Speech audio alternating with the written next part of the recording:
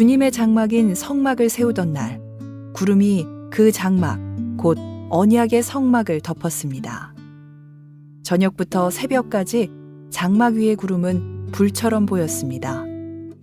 항상 구름은 성막 위에 머물렀으며 밤이 되면 그 구름은 불처럼 보였습니다. 구름이 성막 위에서 거쳐 올라가면 이스라엘 백성도 길을 떠났습니다. 그러다가 구름이 멈추면 이스라엘 백성도 그곳에 진을 쳤습니다. 이스라엘 백성은 여호와의 명령에 따라 길을 떠났다가 여호와의 명령에 따라 진을 쳤습니다. 구름이 성막 위에 머물러 있는 동안에는 이스라엘 백성도 진에 머물러 있었습니다.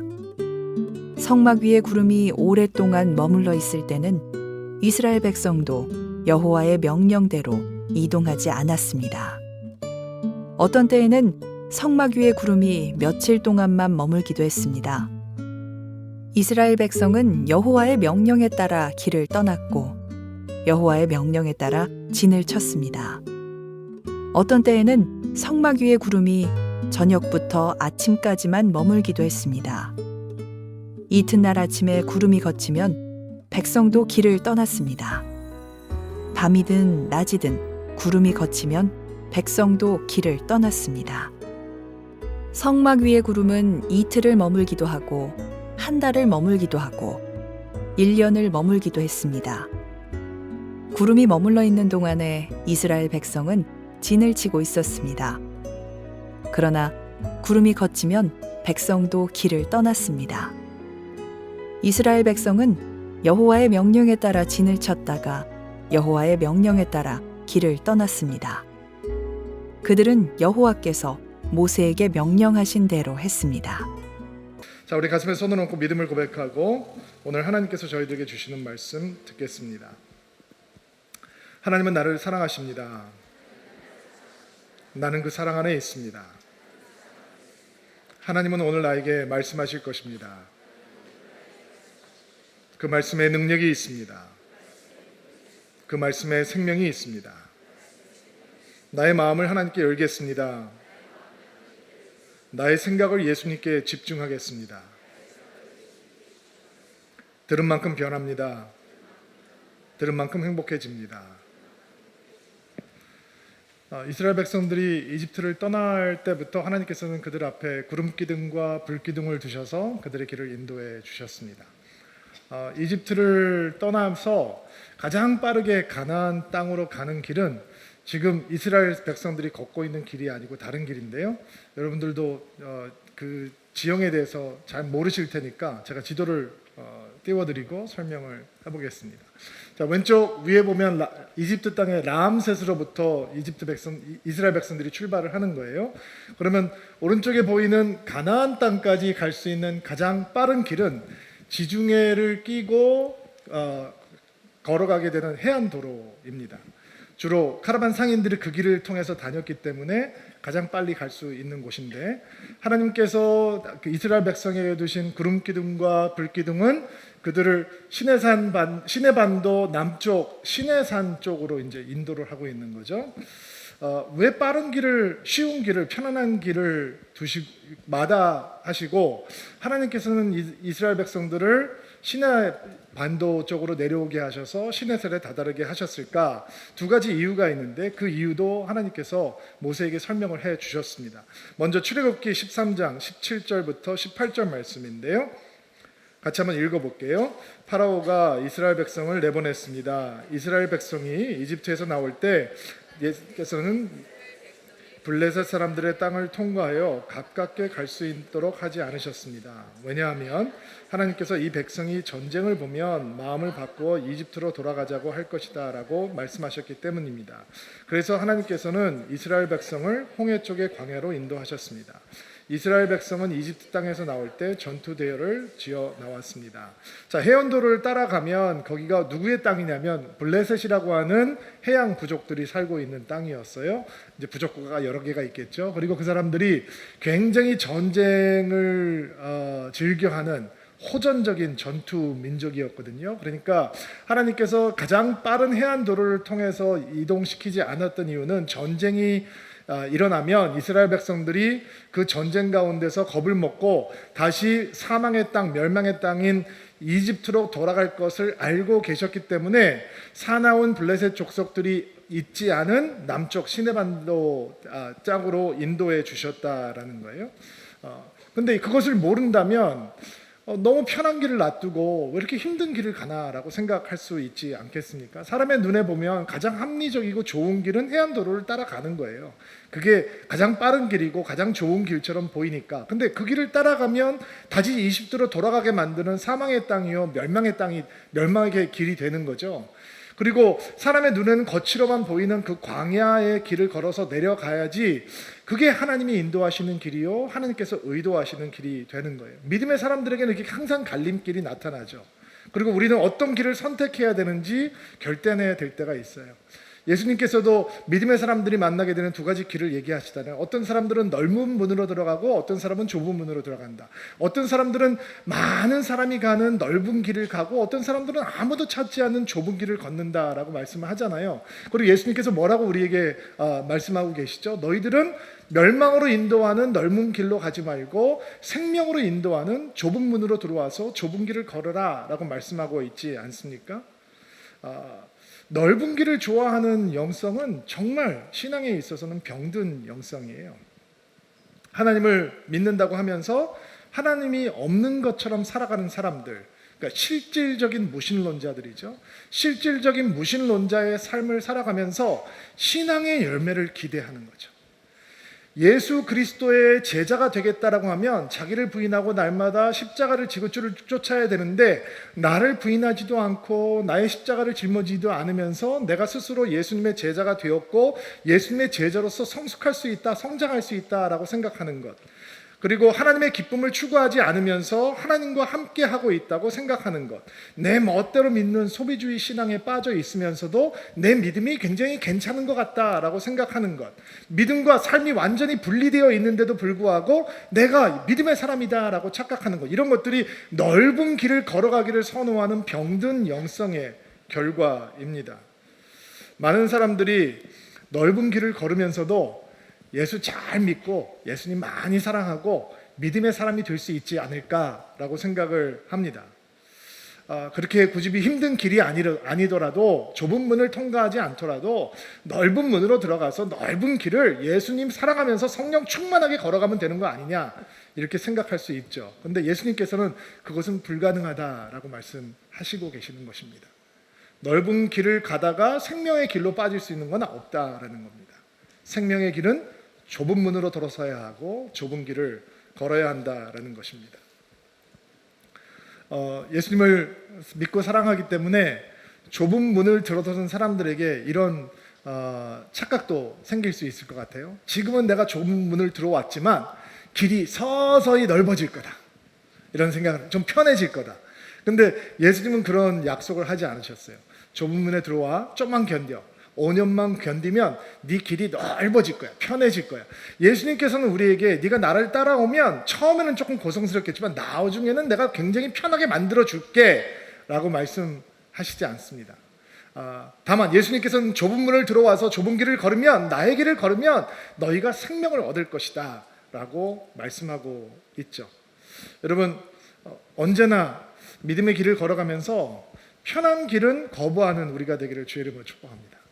제가 이렇게 목회를 하면서 사람들을 보니까 편하게 신앙생활하면 예수님 뜨겁게 사랑하지 못하더라고요. 참 이상해요. 좀 힘든 일을 하고 좀 더 수고하고 조금 더 땀 흘리고 언제든지 좁은 문, 좁은 길을 걸어가는 선택을 할 수 있는 드림인들이 되기를 바랍니다. 조금 더 나를 부인하고 조금 더 나를 내려놓고 내가 조금 더 나를 낮추고 나의 옛사람이 조금 더 벗겨지고 조금 더 예수님 앞에 집중할 수 있는 그 믿음의 길, 그 믿음의 길을 걸어갈 때 우리는 생명의 길로 걸어가는 사람이 되는 것입니다. 우리가 좁은 길을 걸어갈 때 아무도 우리를 박수쳐 주지 않습니다. 예수님의 환호성이 들려오지도 않습니다. 그러나 그럼에도 불구하고 그 길을 걸어갑시다. 그 길 끝에는 예수께서 약속하시는 생명의 영광이 있는 것입니다. 자, 하나님께서 홍해를 지나는 광야의 길로 인도하시는 이유가 또 있어요. 처음은 그 사람들이 전쟁을 만날 준비가 안 돼 있기 때문에 이제 광야의 길로 인도하셨고, 또 다른 이유는 하나님께서 약속을 지키시는 신실한 하나님이라는 것을 이스라엘 백성들에게 보여주시기 위해서 시내산으로 인도하시는 길로 지금 인도하고 계시는 것입니다. 출애굽기 3장 12절 말씀 같이 한번 읽어볼게요. 하나님께서 말씀하셨습니다. 내가 너와 함께 있겠다. 내가 이집트에서 이스라엘 백성을 인도해낸 후 너희 모두는 이 산에서 하나님을 예배하게 될 것인데 이것이 너를 보내는 증거다. 자, 모세를 부르시려고 하나님께서 호렙산, 하나님의 산이죠. 호렙산이 지금 우리가 시나이 반도 남쪽에 있는 시내산과 똑같은 곳이에요. 호렙산 시내산에 나타나셔서 약속을 하실 때 뭐라고 말씀하셨냐면, 이스라엘 백성들을 구출한 다음에 내가 그 백성들을 이 산, 하나님의 산에 인도해서 여기서 그들이 나를 예배하게 하겠다, 이렇게 말씀을 하신 거예요. 그러니까 그 지중해를 따라서 해안도로를 가게 되면 그 산에 도착할 수가 없잖아요. 시나이 반도 밑 쪽으로 내려와서 남동쪽에 있는 시내산까지 인도하시는 거예요. 그것이 하나님의 약속이었어요. 내가 그들을 여기로 인도해서 나를 만나게 하고 내 백성이 되게 하고 나는 그들의 하나님이 될 것이며 그들로 하여금 나를 예배하게 하겠다, 이렇게 약속을 하셨어요. 하나님의 약속의 성취를 위해서 인도하시는 거죠. 하나님에게는 이스라엘 백성들이 약속의 땅에 얼마나 빨리 들어가게 하는지 관심이 없어요. 빨리 될 수 있으면 신속하게 그들을 약속의 땅으로 들어가게 하는 것은 하나님의 목적이 아니에요. 하나님의 목적은 지난 430년 동안 그들이 쓰고 있던 노예의 굴레를 벗어버리고 그들에게 하나님이 계시다는 것을 인정하고 그들이 그 하나님을 믿고 그들이 하나님의 백성이 되고 그리고 그 하나님을 예배하는 민족으로 세우는 것이 하나님에게는 더 중요한 일이었어요. 그러니까 하나님께서 시내산으로 불러오셔서 거기에 1년 동안 머물게 하시고 거기서 율법도 주시고 십계명도 주시고 성막도 만들게 하시고 그들이 광야에서 첫 유월절을 지키면서 예배하고 하나님을 기억하고 하나님의 이름을 부르는 민족으로 삼으신 것입니다. 그러니까 하나님의 신실하신 약속이죠. 그리고 하나님께서 이제 그 하나님의 백성들을 구름기둥과 불기둥으로 약속의 땅을 향해서 이제 행군하게 하시는 거예요. 여러분도 이 구약을 읽으시면서 또는 교회에서 자라신 분들이 있다면 어렸을 때 구름기둥, 불기둥 얘기를 들으시면서 도대체 어떤 모습이었을까 이렇게 상상을 해보시기도 했을 것 같아요. 근데 딱히 여러분 마음속에도 이러거다라고 생각을 잘 안 들죠. 저도 이게 굉장히 궁금했었는데 옛날에 이집트의 왕자라고 하는 디즈니 만화 영화가 있었잖아요. 그거를 보면서 진짜 그랬을까? 막 구름이 샥 움직이고 빨리 움직이고 막 이랬을까?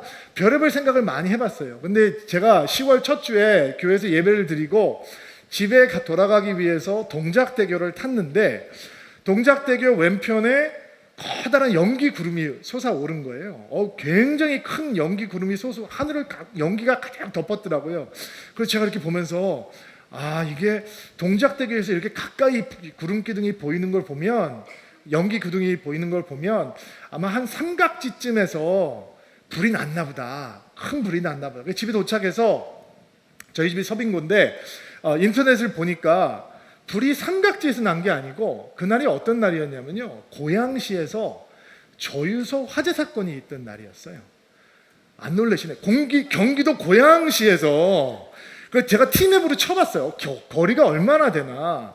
저유소 화재 사건에서 경기도 고양시에서 솟아오른 연기 구름이 동작대교를 건너가고 있는 내가 생각하기에 바로 코앞에서 지금 불이 나고 있는 것처럼 이 거대한 구름 기둥이 생긴 거예요.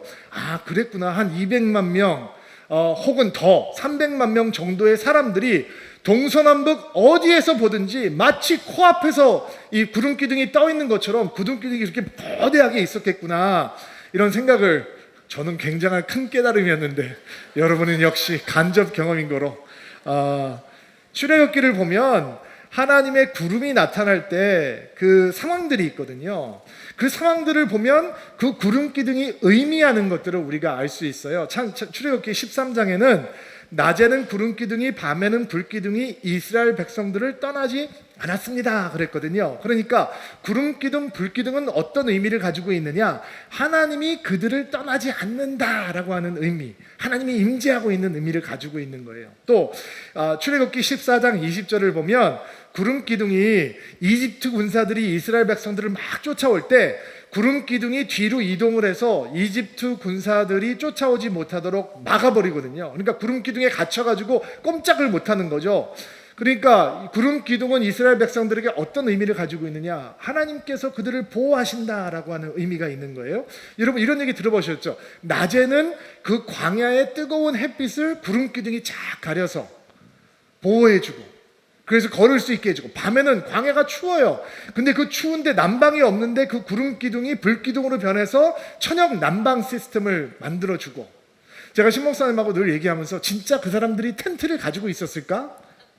신 목사님은 그래도 뭔가 있지 않았을까? 저는 뭔가 없었을 것 같아요. 왜냐하면 그 사람들이 옷이나 제대로 있었을까? 이집트에서 성을 짓고 피라미드 짓고 이런 노예들이 그냥 겨우 밑에만 겨우 가리고 일을 하지 않았을까? 누더기를 가지고 나왔을 텐데 그들이 옷이 있으면 얼마나 있었고, 그들이 그 200만 명, 300만 명 되는 사람들이 정말로 어떤 텐트가 있었을까? 이런 생각을 해봐요. 근데 여러분들 보시면 이 사람들이 그 광야의 뜨거움과 광야의 추움 속에 완전히 노출이 되어 있는데 어떻게 견딜 수 있느냐? 하나님의 보호하심이 그들과 함께 있었다는 거예요. 나중에 우리가 보겠지만 40년 동안 그들의 의복이 해지지 않았다라고 얘기했잖아요. 40년 동안 매일 똑같은 옷을 입었다는 거예요. 끔찍하죠. 또 출애굽기 19장을 보면 하나님께서 모세에게 말씀을 하실 때 내가 짙은 구름 속에서 너에게 갈 것이다. 그래서 내가 너와 이야기할 때 백성들이 듣고 언제까지 너를 믿도록 할 것이다. 구름이 언제 빽빽하게 찼냐? 하나님께서 그들에게 말씀하러 내려오실 때. 그러니까 그 구름은 하나님께서 우리에게 말씀하고 계시고 말씀을 주고 계시는 거다라는 것에 증거가 됐다는 거예요. 그리고 출애굽기 40장을 보면 또 다른 모습을 볼 수 있는데 오늘 본문하고 연결이 되어 있는 말씀인데요. 회막을 지어서 하나님 앞에 드릴 때 어떤 모습으로 하나님의 구름이 나타났냐면 34절 35절 말씀 같이 한번 읽어볼게요. 시작. 그러자 구름이 회막을 덮었습니다. 여호와의 영광이 회막을 가득 채웠습니다. 모세는 회막에 들어갈 수 없었습니다. 왜냐하면 구름이 그 안에 머물러 있었고 여호와의 영광이 회막 안에 가득 찼기 때문이다. 회막이 완성된 다음에 하나님께서 그 회막을 어떻게 축복하시냐면 하나님의 영광의 구름으로 빽빽하게 채워서 모세가 들어갈 수 없을 정도라는 거예요. 자, 요 사건으로부터 연결되어 있는 민수기 본문이 오늘 읽었던 본문이에요. 15절, 16절. 같이 한 목소리 읽겠습니다. 주님의 장막인 성막을 세우던 날 구름이 그 장막 언약의 성막을 덮었습니다. 저녁부터 새벽까지 장막의 위에 구름은 불처럼 보였습니다. 항상 구름은 성막 위에 머물렀으며 밤이 되면 그 구름은 불처럼 보였습니다.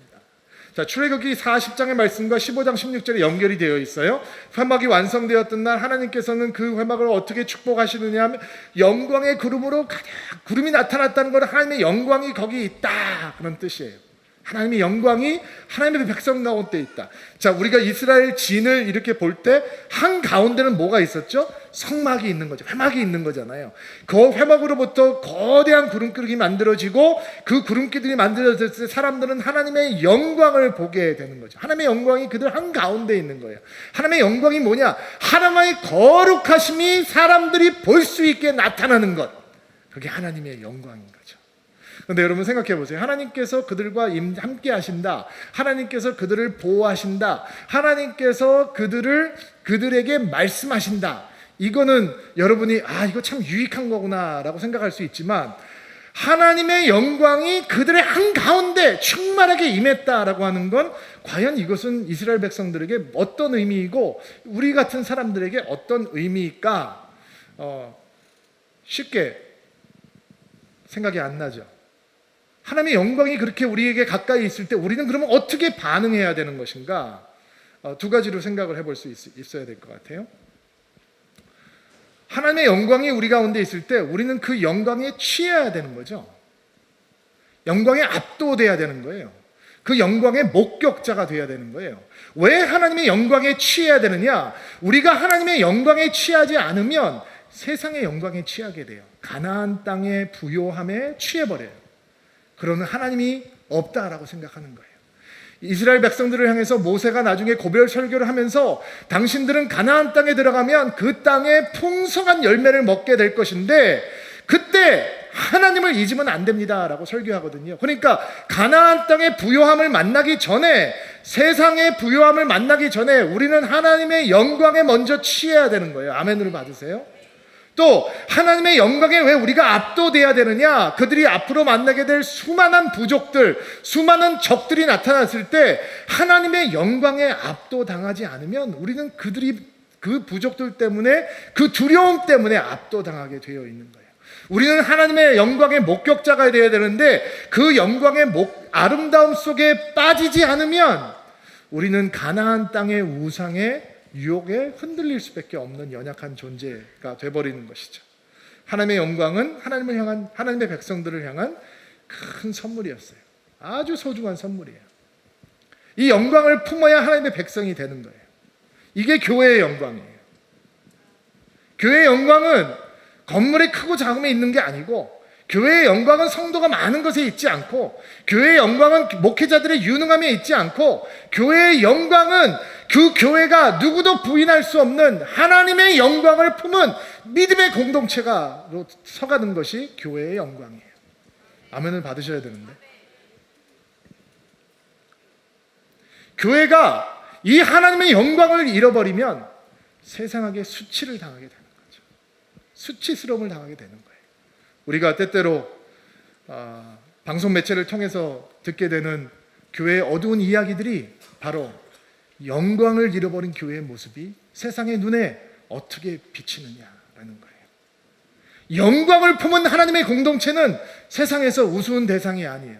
그러나 영광을 잃어버린 하나님의 공동체는 세상 사람들이 보기에 너무 허접해 보이는 것이죠. 교회가 어떻게 교회다워집니까? 성도가, 목회자가 어떻게 성도다워지고 목회자다워지는 것입니까? 하나님의 영광을 품고 있을 때 우리는 교회다워지고 성도다워지고 목회자다워지는 것입니다. 저는 서울 드림교회에서 드려지는 모든 예배 가운데 그 하나님의 영광이 충만하게 드러나는 놀라운 역사가 있게 되기를 바랍니다. 우리가 찬양 가운데 가는 가운데 사람들이 그 찬양 가운데 임하시는 하나님의 임재 때문에, 하나님의 영광의 임재 때문에 치유가 일어나고 회복이 일어나는 놀라운 역사가 있게 되는 것입니다. 여러분, 믿음의 사람들이 하나님의 영광에 반응할 수 있는 최고의 반응은 무엇입니까? 하나님의 영광을 기뻐하고 즐거워하고 그 영광에 만족하는 것입니다. 하나님께서 주시는 것 때문에 만족하는 것이 아니라, 하나님께서 주시는 선물 때문에 기뻐하고 즐거워하는 것이 아니라, 그 영광의 하나님을 기뻐하고 영광의 하나님을 즐거워하고 그 영광의 하나님이 만족이 되는 삶을 살아가는 것이 하나님의 영광 앞에 반응할 수 있는 길인 거죠. 또 있습니다.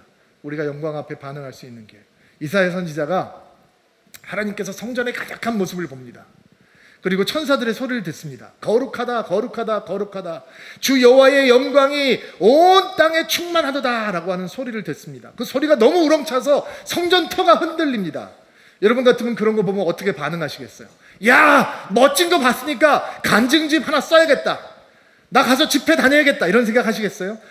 이사야 선지자의 반응은 완전 다른 반응입니다. 하나님의 영광 앞에서 이사야 선지자는 어떻게 반응하느냐? 내가 죽게 되었다 라고 얘기합니다.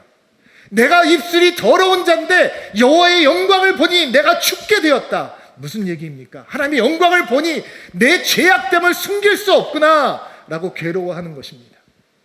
하나님의 영광의 임재가 하나님 백성들 가운데 한가운데 존재하고 있다는 것은, 충만하다는 것은 동서남북 어디에서도 코앞에 보는 것처럼 그 영광을 보고 있다는 사실은, 그들이 이집트를 떠나서 가나안 땅으로 가면서 그들이 세상과 같지 않은 구별된 거룩한 백성으로 살아가겠다라고 하는 영적인 결단을 매일매일 할 수 있는 계기가 될 수 있었다는 것입니다. 그들이 하나님의 영광의 임재를 사랑하고 소중하게 여기는 거룩하고 순결한 백성이 아니라면 가나안 땅은 그들을 삼켜버리는 저주의 땅이 되어버릴 것입니다. 오늘 이 광야 길을 구름기둥과 불기둥으로 인도하시는 하나님의 은혜를 살펴보면서 이 광야라고 하는 것이 하나님께서 이스라엘 백성들을 정말로 믿음의 사람들로 훈련하는 훈련장이시거든요. 그리고 불기둥과 구름기둥은 그들을 훈련하는 한 가지 도구가 되는 거죠. 그들이 받았던 훈련을 보면서 그러면 우리도 광야길을 걸어가면서 하나님 앞에 이렇게 다루심을 받고 이렇게 훈련을 받고 있는 것이구나 라고 생각하면서 적용을 해보면 좋을 것 같습니다. 지금 이 상황이 여러분들도 본문을 보시면서 이해가 되셨을 거예요. 구름이 움직이면 이스라엘 백성도 움직이고 구름이 멈추면 이스라엘 백성도 멈추고, 근데 제멋대로예요. 하나님 마음대로인 거예요. 어쩔 때는 하루 머물렀다가, 어쩔 때는 이틀 머물렀다가, 어쩔 때는 한 달 머물렀다가, 어쩔 때는 1년을 머물기도 하고, 도대체 종잡을 수가 없는 상황이 계속 반복되고 있는 것입니다. 그러면 하나님께서 이런 상황, 구름기둥과 불기둥으로 인도하는 광야길에서 이스라엘 백성들에게 무엇을 훈련시키시를 원하시는가? 이 인생의 광야길에서 우리의 인도자 되시는 하나님께서 그러면 우리를 어떻게 훈련하기를 원하시는가? 어떤 훈련이 우리에게 필요한 건가? 좀 생각을 해보도록 하겠습니다. 구름기둥과 불기둥으로 인도하심을 받는 가운데 이스라엘 백성들이 경험하고 있는 훈련은 주도권을 양도하는 훈련인 거예요. 길을 계획하시는 분도 하나님이시고, 진행을 명령하시는 분도 하나님이시고, 때를 정하시는 것도 하나님이시고, 전부 다 하나님께서 하시는 거잖아요. 근데 가장 힘든 건 뭐냐면 우리는 우리가 계획하고 우리가 진행하고 우리가 결정하기를 원하는 거예요. 자, 여러분들 기도를 한번 생각해 보세요. 우리가 원하는 것들이 있어요. 그리고 하나님을 콜하는 거죠. 주님, 요거는 요렇게 해주시고요, 저거는 저렇게 해주시고요, 요때까지 해주시고요, 끝나면 잠깐 비켜 계시고, 제 마음대로 살다가 또 내가 막히면 주님 와서 요거 진행해 주시고요, 요거 진행해 주시고요, 끝났으면 빨리 비켜 주시고요. 근데 하나님께서는 그 인생의 주도권을 이스라엘이 가지고 있지 않고 하나님께 있다라고 하는 것을 훈련하고 있는 것이죠. 성격 급한 사람들, 논리적인 거, 합리적인 거 좋아하는 같은 사람은 이 광야의 환경은 견딜 수가 없는, 일관성이 있어야죠. 계속 일주일을 머물든지, 계속 한 달 가고 한 달 머물든지, 뭐 이런 일관성이 있어야 되는데, 어쩔 때는 하루 만에 거치기도 하고, 어쩔 때는 머물렀다가 지긋지긋하게 안 움직이기도 하고, 이거 뭐야? 왜 안 움직이는 거야? 그러면 리더들이, 모세가 할 말은 딱 한 가지밖에 없는 거예요. 구름이 움직이지 않네요. 주도권은 누구에게 있다? 하나님에게 있는 거예요. 여러분의 인생의 주도권은 누가 가지고 있어요? 내가 가지고 있어요? 내가 가지고 있으면 인생은 고통스러워지는 거예요. 그러나 인생의 주도권이 하나님에게 있다라고 하는 것을 양도하게 될 때 우리의 인생은 하나님께서 이끄시는 인생이 되는 것이죠. 구름기둥과 불기둥을 따라가는 삶은 인도자 되신 하나님만을 온전하게 신뢰하는 훈련의 시간인 거예요. 자, 하나님께서 인도자가 되어서 끌고 가세요. 그런데 그 인도자를 신뢰할 수 있느냐? 그거는 진짜 훈련이에요. 저분이 정말 믿을 만한 분이냐? 내가 신뢰해야 하느냐라고 하는 결정은 이스라엘 백성들이 해야 하는 것이죠. 로마서에 보면 아주 재미있는 말씀이 있어요. 무릇 하나님의 영으로 인도함을 받는 사람은 곧 하나님의 아들이라, 하나님의 자녀라. 무슨 얘기냐? 하나님의 자녀는 하나님의 인도하심을 받는다는 거예요. 뒤집어 놓고 보면 하나님의 자녀가 아닌 사람은 하나님의 인도하심을 받지 못한다는 거죠. 자, 그러면 구름기둥이 불기둥이 이스라엘을 앞서 행하고 있어요. 그럼 불기둥과 불기둥을 따라가야 돼요. 근데 이 길이 정말로 하나님께서 인도하시는 길이고 내가 이 길을 기쁘게 걸어갈 수 있느냐라고 하는 것은 정말 다른 선택인 거예요. 왜냐하면 그 구름기둥과 불기둥이 늘 좋은 환경으로, 편안한 곳으로, 기쁜 곳으로만 가지 않기 때문이죠. 우리가 앞으로 그런 사건들을 만나게 됐지만 가서 물도 없고 음식도 척박하고 이런 곳으로 막 끌고 다니는 거예요. 그러니까 정말로 하나님이 신뢰만한 분일까? 라고 하는 의심이 드는 거죠. 사도 바울이 로마 시민권자잖아요. 그래서 사도 바울이 로마에 가서 복음을 전하기 원했고 황제 앞에서, 시저 앞에서 복음을 전하기 원했어요.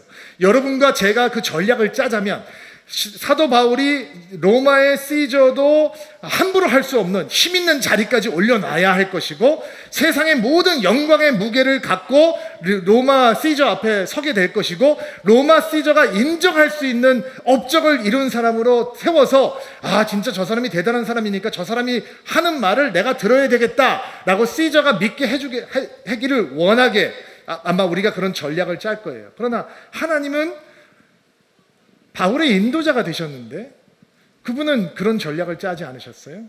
로마 시민권을 가지고 있던 바울을 시저 앞에 세우기 위해서, 로마의 복음을 전하기 위해서 죄수의 옷을 입히세요. 그리고 사슬에 묶여서 로마를 가게 하세요. 누가 이런 하나님의 계획을 기뻐할 수 있겠어요? 그러나 그 로마가 죄수의 몸으로 로마를 밟았던 사도 바울이 전한 그 복음 때문에 그리스도 앞에 무릎을 꿇게 되는 것이죠. 여러분, 하나님께서 우리를 인도하고 계세요. 근데 그 인도하는 자리가 가끔은 우리가 이해할 수 없는 고난의 자리고, 고통의 자리고, 땀 흘리는 자리고, 수고하는 자리고, 낮아지는 자리고, 힘든 자리가 돼요. 자, 여러분은 하나님 앞에서 결단하셔야 돼요. 그분이 믿을만 하냐라는 거죠. 내가 저분을 인도자로 믿고 신뢰하고 내 삶을 의탁할 수 있는가 결정하셔야 되는 거예요. 그리고 그것은 훈련이에요.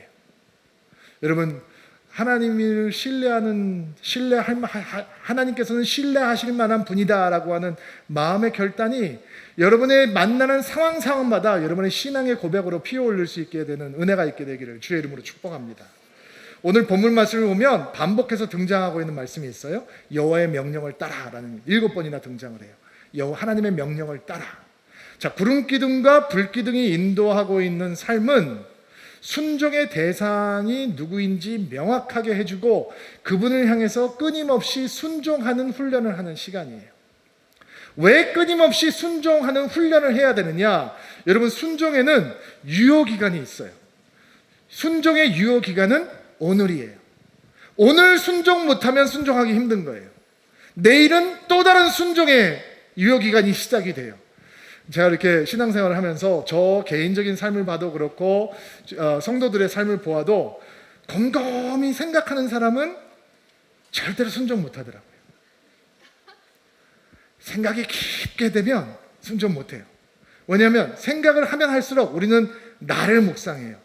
내 논리를 묵상하고 내 생각을 묵상하고 곰곰이 생각하면 생각할수록 우리는 점점 하나님에게 멀어져요. 근데 나를 묵상하고 내 논리를 묵상하고 내 소원에 붙들려서는 절대로 하나님을 순종할 수 없어요.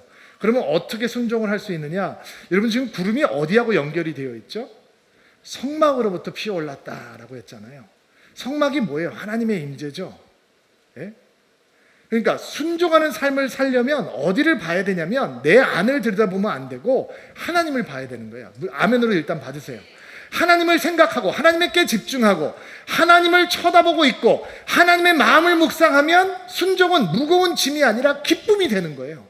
우리는 순종이 버겁다고 생각해요. 그렇죠. 나를 묵상하고 나를 사랑하고 나를 집중하고 있으면 순종은 감당할 수 없는 무게를 가지고 있을 거예요. 그러나 주님을 바라보고 주님을 생각하고 주님을 묵상하고 있으면 순종은 가벼워요. 기쁜 길이 되는 거예요. 내가 나를 생각하면 순종은 조금 딜레이하고 싶고 나중에 하고 싶고 천천히 하고 싶고 이런 게 되지만 주님을 생각하고 있으면 주님을 바라보고 싶으면 순종을 빨리 하고 싶은 게 되는 거죠. 그래서 순종이 축복의 길이 되는 것입니다. 구름기둥과 불기둥을 통해서 하나님께서 또 이스라엘 백성들을 훈련하고 있는 부분은 바로 하나님의 시간에 대한 부분이에요. 여러분, 약속을 받은 이스라엘 백성들이 자 이제 우리 약속의 땅을 향해서 나아갑시다. 그리고 구름이 움직일 때 얼마나 기분이 좋았겠어요. 노예로 살다가 자유인이 되어서 이제 아브라함과 이삭과 야곱에게 약속하신 하나님의 땅, 젖과 꿀이 흐르는 땅으로 나아가니 마음이 얼마나 설렜겠어요. 자, 언제 도착할 수 있을까? 그렇게 먼 길이 아니거든요. 한 달이면 갈 수 있을까? 그래도 천천히 가도 2달이면 될 거야 라고 하면서 가슴이 설렜겠죠. 근데 이게 가다 멈추다 구름이 막 멈춰서 1년 동안 움직이지도 않고 막 견딜 수가 없을 거예요. 저 같으면 막 못 견뎠을 것 같아요. 내가 먼저 한번 갔다 올게. 얼마나 걸렸는지 한번 사람도 보내보기도 하고 별일을 다 했었을 것 같아요. 근데 사람들이 하나님께서 움직이지 않을 때 그냥 광야에 머물러 있으면서 하나님의 약속을 기뻐할 뿐만 아니라 하나님께서 약속을 이루시는 때 그 하나님의 시간까지도 기뻐하고 사랑하고 소중하게 여기는 것을 배우게 되는 거죠. 여러분, 그것은 진짜 중요한 진리예요. 하나님의 때를 사랑하는 것을 배우지 못하면 나중에는 하나님의 약속조차 소중하게 생각하지 않는 마음을 갖게 돼요. 아브라함이 하나님께서 아브라함에게 나타나서 약속을 주시잖아요. 너 아빠 될 거다. 너 아들 줄게. 75세였어요. 근데 기다려요. 우리는 상식적으로 어떻게 생각하죠? 그런 약속이 임해 왔으면 76세, 77세, 적어도 78세가 되기 전에는 짠! 하고 약속이 이루어져야 역시 하나님 믿을만 하네 라고 생각이 되지 않습니까? 근데 아무리 기다려도 아들이 안 나와요. 그리고 99세가 된 아브라함에게 하나님께서 나타나셔서 너 내가 아들 줄게. 그러면 여러분 같으면 그 하나님의 약속을 기뻐할 수 있겠어요? 아브라함은 어땠나요? 됐습니다, 하나님. 괜찮습니다.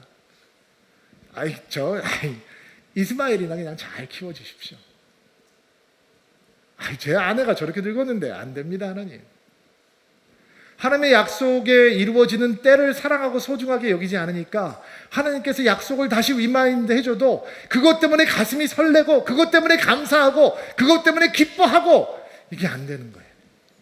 이게 안 되는 거예요.